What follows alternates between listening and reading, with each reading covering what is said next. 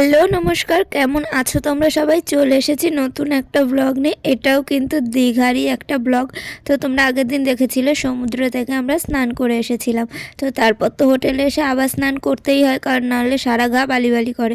তো আমি তোমাদেরকে এটাই দেখাচ্ছিলাম একটু আগে যে আমি ঘড়ি পরে ভুল করে সমুদ্রে নেমে গেছিলাম, কিন্তু এই ঘড়িটা চলে না বেশ কিছুদিন হলো। ব্যাটারি চেঞ্জ করার পরেও আর চলছিল না, টাইম যতই ঘুরাই কিছুতেই চলছিল না, আর ভুলে গেছিলাম তাই নেমে পড়েছিলাম। তারপরে ভাবলাম ঠিক আছে, ঘড়িটা তো চলছে না, তাছাড়া ওটা জাস্ট ফ্যাশন। তো বাথরুমেও ভুল করে ঘড়ি না খুলেই ঢুকে গেছি, আবারও স্নান করে ফেলেছি। ঘড়ি তো চলেই না, আর ওই চলছে না। তো যাই হোক, এবার আমরা নেমে পড়েছি খেতে, আর খুবই খিদে পেয়ে গেছিলো স্নান করার পরেই। তো এখানে আমরা খেতে চলে এসেছি। আর একটা কথা মাথায় রাখবে, যখনই কোথাও ঘুরতে ঠুরতে যাবে কোনো গ্রামে বা কারোর বাড়ি, তখন দেখবে বেশি খিদে পাবে তোমাদের। তো এখানে আমরা সবাই খেতে বসে গেছি। আর প্রত্যেক দিনই এটা হচ্ছে যে অন্য কোনো ব্যাচ বসার আগে আমরা যেন প্রথম ব্যাচ, মানে কেউ খাক আর না খাক আমরা সবাই ফার্স্টে বসে পড়ি।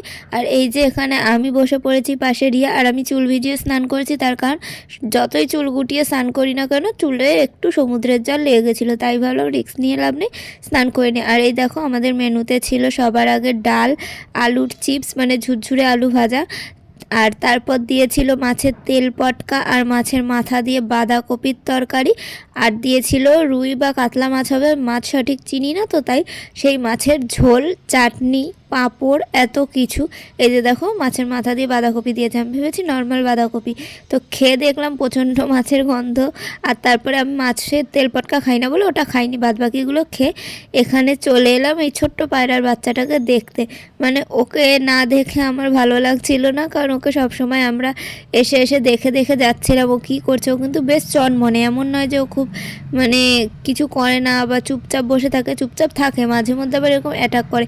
আসলে ও অনেকটা উপর থেকে নিশ্চয়ই নিচে পড়ে গিয়ে এই জায়গাটা এসে আশ্রয় নিয়েছে, আর সবাই যদি এসে ওকে ভয় দেখায় বা ধরে, ও তো অ্যাটাক করার চেষ্টা করবেই বলো। সেই কারণেই আমি ভাবলাম আমি ওর সাথে আস্তে ধীরে মিশে যাই, তাহলে হয়তো ও ভয়টা কেটে যাবে আর আমার কাছে আসতেও সাহস পাবে। আর একটা কথা বলে রাখি, বেশ কিছু মাস আগে আমি যে কালটিকে পুষেছিলাম বলতে ও আমার মায়ের বাড়ির ছাদ থেকে একদম নিচে পড়েছিল। আমরা দেখতে পাই জানলা দিয়েও যে নিচে কাতরাচ্ছে, মানে অতটা উঁচু থেকে পড়া, উঠতে শেখেনি, মানে ব্যথা তো লেগেইছে। তো তখন তুলে এনে ওকে পুষতাম, কিন্তু মানে কপাল এতটাই খারাপ, এক সপ্তাহের মধ্যেই বিড়াল ওকে খেয়ে যায়। আর এই পায়রাটাকে দেখে আমার পুরো কালটির কথাই মনে পড়লো, কারণ এ পুরো কালটির মতনই। কালটি আমাদের বাড়ি এক সপ্তাহ থেকে যতটা মানে হাইট বডি বেড়েছিল ততটা। এনেছিলাম কালটিকে আরও ছোট বয়সে, কিন্তু এ একটু বড়, কিন্তু ওকে আমার খুবই ভালো লেগেছে, কারণ ওকে ওর মধ্যে আমি কালটিকে দেখতে পাচ্ছিলাম। কারণ আমার কালটি যখন মরে গেছিলো আমি প্রচণ্ড মানে মন খারাপ হয়ে গেছিলো, কান্নাকাটি, এক সপ্তাহ তো ঠিক করে খাওয়া দাওয়া করতে পারিনি। এখনও অবধি কালটির পুরনো ভিডিওগুলো দেখলে আমার প্রচণ্ড খারাপ লাগে আর কান্না পায় যে আমি তুলে আনলাম বাঁচাবো বলে, আর আমার ঘরে বসেই আর কি পায়রা ওকে খেয়ে নিল। মানে কি বলবো, একটা নয় দুটো পায়রা আমাদের মায়ের বাড়ির বারান্দায় খেয়েছে, মানে যেটা আমরা পুষেছি। প্রথমে কালটি আসে, দ্বিতীয় আমরা আর একটাকে খুঁজে পাই, তার নাম আমি দিয়েছিলাম লালটি আর কালটি দুজনে। লালটিটা একটু বড় ছিল, কিন্তু ওর কিছু একটা রোগ ব্যাধি ছিল, তো আমরা ভেবেছিলাম সেবা যত্ন করলে হয়তো দুজনেই সুস্থ হয়ে যাবে, আমরা পুষবো। আর আমার খুবই শখ যে আমার কিছু একটা পেট থাকবে, পেট বলতে কি আমার বন্ধু, যার সাথে আমি মন খুলে কথা বলবো, সে আমার কথা শুনবে। পাখিরা হয়তো কথা বলতে পারে না, কিন্তু তবু ওরা যে শোনে, ওদের সাথে একটা সময় কেটে যায়, সেটা আমার খুবই ভালো লাগতো। কিন্তু কি করা যাবে, লালটি আর কালটি দুজনকেই বিড়ালে খেয়ে নেয়। এমনকি বিড়ালটা এত শয়তান, বাইরে থেকে পায়রা ধরে এনে আমাদের বারান্দায় বসে বসেও খেয়েছে কিছু সময়। মানে এমনই কাণ্ড কারখানা করেছে আমাদের সাথে। আর সেই কারণে আমরা সাহস করছিলাম না কিছু পোষার, কিন্তু এখানে এসে একে দেখে খুব মন চাইছিল যে একে সঙ্গে করে নিয়ে যাই। তো শেষ অবধি কী হয়, ওকে নিয়ে যেতে পারি কিনা সেগুলো দেখতে হলে তো পুরো দীঘার পার্টগুলো তোমাদেরকে দেখতে হবে। আর যাই হোক, খুবই বকবক করছিলাম, বকবক করতে করতে দেখো দুপুরে একটু ঘুমিয়েও নিয়েছি। ঘুম থেকে উঠে রেডি হয়ে সেজেগুজে বেরিয়ে পড়েছি আমরা দীঘা সি বিচের উদ্দেশ্যে। 5 জনেই কিন্তু যাচ্ছি। আজকে আমরা ঘুরবো, কেনাকাটা করব, কারণ সমুদ্রের পাড়ে প্রচুর প্রচুর দোকান বসে, আর যেসব দোকানপাট আমাদের ওখানে থাকে না, আর থাকলেও কি এখানে প্রচুর শঙ্খের জিনিস, ঝিনুকের জিনিস, পাথরের জিনিস, যেগুলো বাড়ির লোকেদের জন্য নিয়ে যাওয়া যায়। যারা প্রথম দীঘায় আসে তারা কিন্তু সবার জন্য কিছু না কিছু নিয়ে যায়, কিন্তু যারা 2-3 বার এসে যায় তারা কিন্তু আর কিছুই কেনে না, কারণ তারা জানে তারা সমুদ্র উপভোগ করতেছে, কিছু কিনতে না। কারণ আমিও প্রথমবার এসে প্রচুর ঝিনুকের জিনিস নিয়ে গেছিলাম, রিয়ার জন্যে, ফাল্গুনির জন্য, মানে এরকম বন্ধু বান্ধবদের জন্যে, অন্যদের জন্য। আমার যেটুকু মনে পড়ছে সেই ছোট ছোট জিনিস 5 টাকা 10 টাকার। আর এইবার আমি ভেবেছি বেশি কিছু কিনে ব্যাগ ভারী করবো না, যেটা দরকার শুধুমাত্র সেটাই কিনবো। তো আর ঘোরারও সুযোগ পাইনি সেরকম, মাত্র একদিন মাঝে, আর পরের দিন তো সারাদিনটা থেকে সন্ধ্যের মধ্যেই বেরিয়ে যাব ভেবেছি। তো সেই কারণে হয়তো কিছু কিনতেই পারবো না। আর এই যে আমরা সমুদ্রের পাড়ে চলে এসেছি, এখন দেখো সমুদ্রের পাড়ে বেশ ভিড়। আমরা একদম মানে বিকাল বিকাল টাইমে এসেছি, তাতেই এত ভিড়। এখনও লোকজন নাকি স্নান করছে, সমুদ্রের পাড়ে ঘুরছে, ভাবা যায়। আর আমরা ভেবেছি সমুদ্রের এই আশেপাশে ঘুরবো, একটু ছবি তুলবো, তারপরে একটু সন্ধে নামলে, অন্ধকার অন্ধকার নামলে আশেপাশে গিয়ে কেনাকাটা করব। তো চলো তোমাদেরকে দেখাই যে আমরা সমুদ্রের পাড়ে কি কি করছি আর কতটা আনন্দ হচ্ছে আমাদের। কয়েক বছর আগেও সমুদ্রে আসলে যেরকম মনোরম পরিবেশ দেখা যেত, এখন কিন্তু তা দেখা যায় না। সমুদ্রের পাড় যতটা নোংরা ততটাই লোকে লোকারণ্য, মানে চারিদিকে শুধু লোক আর লোক গিজগিজ করছে। স্নানের টাইমে তো পা রাখার জায়গাটুকু থাকে না, যেন দুর্গাপুজো শ্রীভূমির লাইন। কিন্তু কি করা যাবে, মানুষজনকে বুঝিয়ে পারবে না। মানে দেশের প্রধানমন্ত্রী স্বচ্ছ ভারত অভিযান করছে, এই করছে, মানুষজনের মাথায় এটুকু ঢুকছে না যে আমরা এই জায়গাটাকে ট্যুরিস্ট স্পট বলে মনে করি, এখানে ঘুরতে আসার জায়গা, সুন্দর একটা জায়গা। এই জায়গাটা নোংরা করব না। খাচ্ছে দাচ্ছে সেগুলো ফেলছে, জুতো পরে আছে, জামা পরে আছে, গামছা পরে আছে, কেউ কেউ ফুটি, চিপস, কুরকুরে, যে যা পেরেছে খেয়েছে। সমুদ্রের জলটাকে যেমন নোংরা করছে, সমুদ্রের পাড়টাকেও নোংরা করছে। এর থেকে আমি বলবো পুরীর সমুদ্র অনেক ভালো। আর পুরীর সমুদ্রের পাড়গুলো কত দোকানপাট বসে, কত পরিষ্কার। এই জায়গাটাই কেমন মনে হচ্ছে কি যে মানে কি বলবো, গ্রামের দিকে মাঠঘাটের মধ্যেও মনে হয় এত নোংরা থাকে না। তো যাই হোক, বাদ দাও, ওইসব মানুষদেরকে তো পাল্টাতে পারবো না। তো নিজেরা একটু একটু করে চেষ্টা করলেই হয়। আর এই দেখো আমি একটা স্টারফিশ পেয়ে গেছি, যেটা দিয়ে রিয়াকে আমি ভয় দেখাতে চলেছি। রিয়া প্রত্যেকটা জিনিসে ভয় পায়, মানে কি বলবো, ওর মতো ভীতু আমি বাপের জন্মেও দেখিনি। এই যে এটা নিয়ে গিয়ে ওর সাথে কিন্তু অনেক মজা করেছি, ছবি তুলেছি। মানে ওকে দিয়েছি, প্রথমে ভয় পাচ্ছিল, তারপরে কিন্তু হাতে নিয়ে আবার ছবি তুলে স্ট্যাটাসে দিয়েছে। মানে লোককে দেখাতে হবে না সমুদ্রে এসছি, নাহলে তো লোকে ভাববে মিথ্যা কথা বলছে, নাকি নাটক করছে। দেখেছ, প্রথমত তো ও নিতেই চাইছিল না, তারপরে আবার হাতও বাড়াচ্ছিল। আমি বলছিলাম দিয়ে দিত, টাকা দিয়ে দিয়ে, এরকম এরকম ইয়ার্কি মজা তো করছিলাম। রিয়া ছিল যেহেতু। আর এখানটা যে জল জমে আছে, এখানটা দিয়ে আমি একটু ধুয়ে নিলাম, ওটাকে ধুয়ে তারপর রিয়ার হাতে দিলাম। এবার রিয়া ছবি তুলে এটাকে স্ট্যাটাসে দেবে। ও ধরছিল না, আমি ওকে যে বলেছি এটা মরা, তারপরে গিয়ে ধরেছে। আমার মনে ছিল কি একটা জ্যান্ত কাঁকড়া পাই, যেটা ভয়ে কুকড়ে থাকবে, ওর হাতে দিয়ে বলবো এই মরা, তারপরে ও যেই হাতে নেবে আর সেই তারপরে ওইটা চলবে ফিরবে, মানে কত ভালোই না হতো। যাই হোক, এখানে আমি আমার জুতোর শো অফ করছিলাম, মানে র্যাম্প ওয়াক করছিলাম বলতে পারো। মানে কি আর বলবো, এই জুতো পরে কেউ র্যাম্প ওয়াক করে না, আর আমি যেভাবে হাঁটি ওটাকে র্যাম্প ওয়াক বলে না। কেন জানি না আমি এটা তুলেছি, আমি নিজে এখন দেখছি এডিট করার সময় আর ভাবছি মানে আমার মাথায় কি খারাপ ছিল নাকি জানি না। এখানে সমুদ্রের জল না, কিছু না, আমি আমার জুতো দেখাচ্ছি আর বালি দেখাচ্ছি। মানে পাগল না হলে এইসব কেউ করে। আর ওইখানে দেখো কতগুলো ছেলে মেয়ে একসাথে গোল গোল রাউন্ড করে ঘুরছে আর মানে ইনস্টাগ্রাম বা ফেসবুক রিলস বানাচ্ছে। আমার খালি মুখ দিয়ে টিকটক টিকটক বেরিয়েছে। যাই হোক, টিকটক আর রিলস একই ব্যাপার করছে, যেগুলো দেখে ভালোই লাগছিলো। আমরাও ভেবেছিলাম অনেক কিছু করব, কিন্তু আমাদের ক্যামেরাম্যানের বড্ড অভাব। আমার ভিডিও তো কেউ ধরেই দেয় না। দ্বিতীয় কথা তো মানে সবাই সবার মতো ব্যস্ত, আর কাকে বলবো, আমার বাবাকে বললে তো হয়েই গেল, কেমন কেমন লাগে। মানে যাই হোক, বুঝতেই পারছো, তোমরা হয়তো সেরকমভাবে মেশো তোমার বাবা মার সাথে, তাই বলতে পারো যে ফোন ধরো রিলস করছি বা নাচছি গাইছি। না, আমার তো কেমন কেমন লাগে, সেই কারণে আমি কাউকে বলতে পারছিলাম না। মা থাকলে তার একটা সুযোগ হতো। আমার মা তো আমাকে বারবারই বলছিল বাড়ি আসার পর, কেন দৌড়ে দৌড়ে স্লো মোশন ভিডিও করিস নি, সমুদ্রের পাড়ে দাঁড়িয়ে দাঁড়িয়ে নাচতি, রিলস করতি। মানে আমার মায়ের এইসবে খুব উৎসাহ, কিন্তু কি করা যাবে, ক্যামেরাটা কে ধরবার। এই মুহূর্তে দাঁড়িয়ে আমার স্ট্যান্ডটাও ভেঙে গেছে, আর সেলফি স্টিকটা মানে যেটা স্ট্যান্ডের মতো সেটাই আর কি ভেঙে গেছে। আর যেটা বড় রিং লাইট ছিল সেটা দিদিভাইকে দিয়ে দিয়েছি, কারণ ওর রিং লাইটটা ভেঙে গেছে, সেই কারণে ও আমার রিং লাইট নিয়ে ব্রাইট সাজাতে যায়, ওর তো লাগে, তাই জন্য দিয়ে দিলাম। আমার রিং লাইটটা তেমন কাজে লাগতো না। আর এই সমুদ্রের পাড়ে তার রিং লাইট লাগিয়ে কেউ ভিডিও করতে পারে না, আর বয়ে বয়ে বাড়ি দিয়ে নিয়েও আসা যায় না। তো যাই হোক, কী করা যাবে, চলো, সবাই সমুদ্রের কাছাকাছি গেছে, আমিও যাই। আমার সমুদ্রে স্নান করার থেকেও বেশি আনন্দ লাগে প্যান্ট গুটিয়ে, জুতো পরে বা খালি পায়ে, কোনো ব্যাপার না, সমুদ্রের পাড়ে হাঁটবো, হালকা হালকা জল ভেসে ভেসে আসবে, হালকা পায়ে লাগলো বা না লাগলো ঝিনুক কুড়াবো, নানান রকম পশু মানে প্রাণী দেখবো, পোকামাকড়, মানে অনেক কিছু। বুঝতেই পারছো সমুদ্রে যা যা থাকে, জেলিফিশ, গিনিপিগ, গিনিপিগ থাকে কি? গিনিপিগ তো থাকে না, আমার মাথায় ছিট আছে তাই আমি এসব বলছি। তো যাই হোক, সমুদ্রের যে নানা রকম ভেসে ভেসে আসে সেগুলো দেখবো, কিন্তু কি করা যাবে। দেখো এখানে আমি কি খাচ্ছি, তোমরা হয়তো ভাবছো বা ফুটি খাচ্ছে, রিয়াকে দিচ্ছে না। এটা ফুটি না, ওটা ওয়ারেস, যেটা আর কি লিকুইড ভার্সন পাওয়া যায় এখন। আগে তো প্যাকেট করা থাকতো, ওগুলো খেতে হতো, ওগুলো আমার একদম পছন্দ না, তাই মা এগুলো কিনে দেয়। লেবু ফ্লেভারের, অরেঞ্জ ফ্লেভার, অ্যাপেল ফ্লেভার, অনেক রকম ফ্লেভার হয়, আমার ওগুলো বেশ ভালো লাগে। তাই আর এমন না যে ভালো লাগার জন্য, এটা শরীরে ইমিউনিটি পাওয়ার বাড়ায়, যাদের প্রেশার কম থাকে তারা খেতে পারো, জ্বর মানে বমি টমি হলে খায়। আর সেই কারণেই আমি ওগুলো নিয়ে এসেছিলাম, দুটো খেয়ে নিচ্ছি। আর এখানে আমি একটা বড় স্টার ফিশ পেয়েছি, আর আমি টিপে টিপে টিপে টিপে দেখছি যে এই বেঁচে আছে কি বেঁচে নেই, জলে দিয়ে দেখছি, টিপে টিপে দেখছি।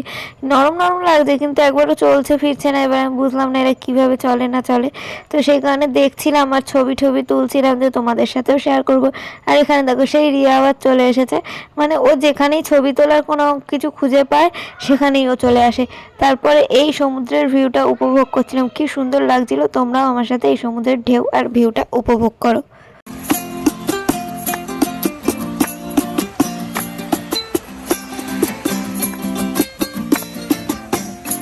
আমার মন বসে না শহরে, ইট পাথরের নগরে, তাই তো আইলাম সাগরে, তাই তো আইলাম সাগরে। মন বসে না শহরে, ইট পাথরের নগরে, তাই তো আইলাম সাগরে, তাই তো আইলাম সাগরে। আবার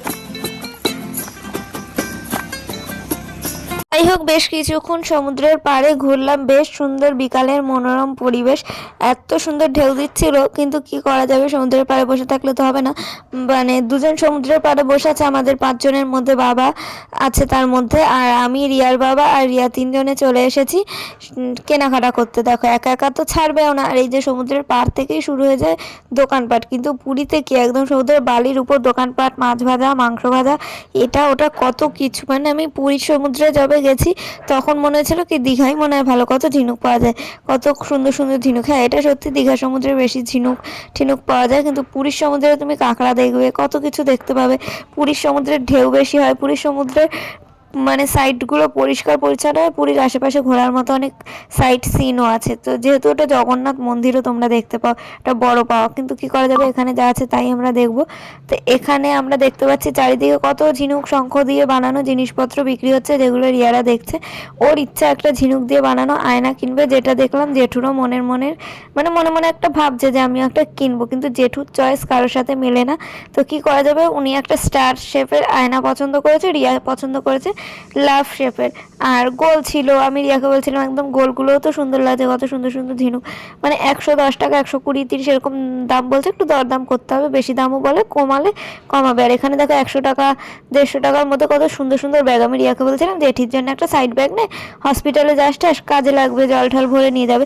ও বলে আমার মা নেয় না। আমি বলছি নেয় না মানে কি, নিয়ে কিনে দিয়েছিস কোনো দিন যে নেবে? নিয়ে দে, দেখবি আস্তে আস্তে নিতে নিতে অভ্যাস হবে। বলছে না নেবে না। তারপর জেঠু দেখছে পার্স ব্যাগ, হ্যাঁ, তাও আমি এতবার বলছি দেখে তাই, নাহলে কিন্তু ওরা একবারের জন্য বলেনি যে নিতে হবে। ওই দিনের বেলা বেরিয়ে নুনের কৌটো কিনেছে, রিয়াকে পরে বলছিলাম আমি না বললে তো তোরা কিছু কিনতি না জেঠির জন্য। তো তখন বলছে নুনের কৌটো নিয়েছি। তো এবার নুনের কৌটোতে তো ঘরের সবাই ইউজ করবে, জেঠি একা ইউজ করার মতো কিছু তো নেওয়া লাগেই।